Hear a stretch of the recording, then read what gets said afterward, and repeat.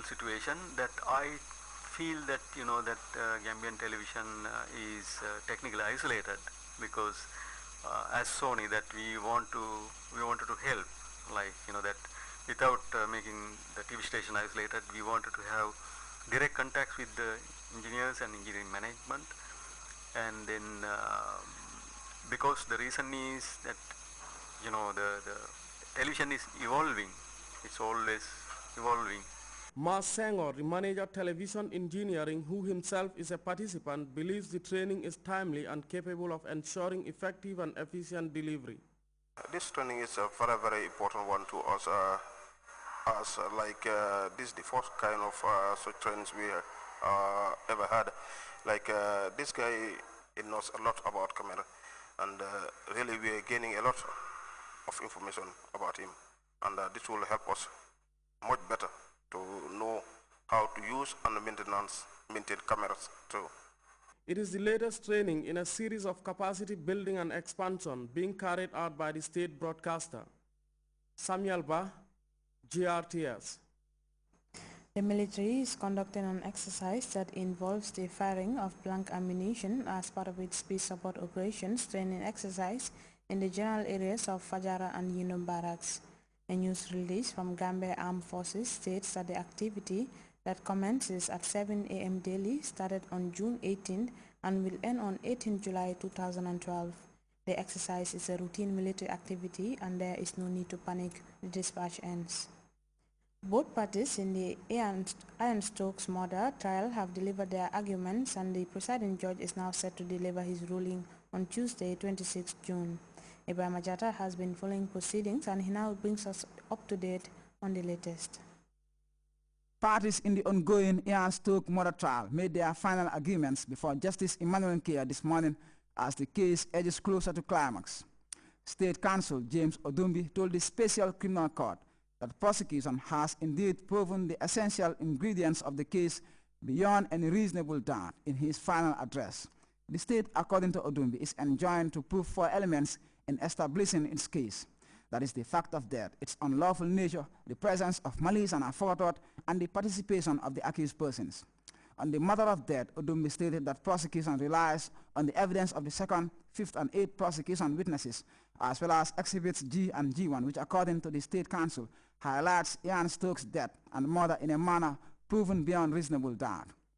Death, Odumbi went on, is deemed to be unlawful unless approved by a law or steered by natural causes such as accidents.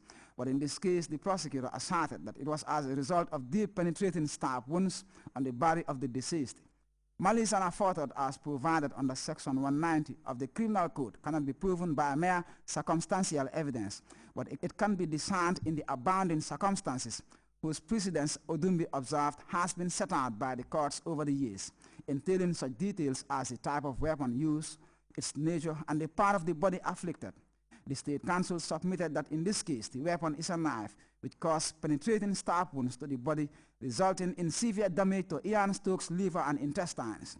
The state prosecutor further asserted that all accused persons participated in the crime, whilst relying on several exhibits admitted during the trial, which he said spell out the nature of the crime committed by the 1st and 2nd accused and the eventual assistance provided by the 3rd accused to destroy the scene of crime. The 3rd accused is part of the bigger plan to deal with Stokes, according to Odumbi, who stated that it would be unwise for the 1st accused to invite the 3rd accused to a scene of crime he wasn't involved in. James Odumbi finally invited the court to find the accused guilty as charged, submitting that prosecution has proven its case beyond any reasonable doubt. Ngozi Boji, the legal aid counsel representing all accused persons, conversely averred that prosecutors failed to prove the essential elements of the case beyond reasonable doubt. Ngozi told the Special Criminal Court that prosecution must establish that the death of Ian Stokes was caused by the accused, as well as the element of premeditation, knowing that death would be the probable consequence of their action in order to have a credible charge. Even as he referred the court to several authorities on law reports, the legal attorney stated that it is law that these 3 must coexist, failing which the charges still remain unproven.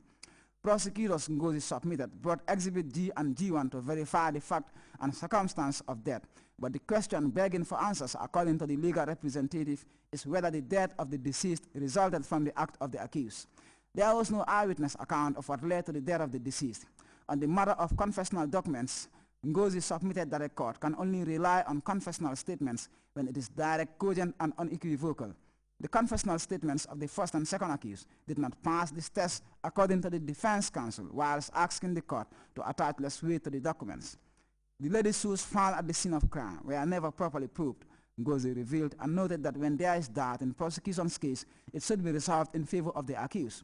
The third accused never took part in the crime, according to the defense lawyer, who stated that if the third accused knew he was coming to a scene of crime, he would have escaped. Ngozi Buji asked the court to discharge and acquit the accused persons, noting that there is no common intention by the three to commit the crime.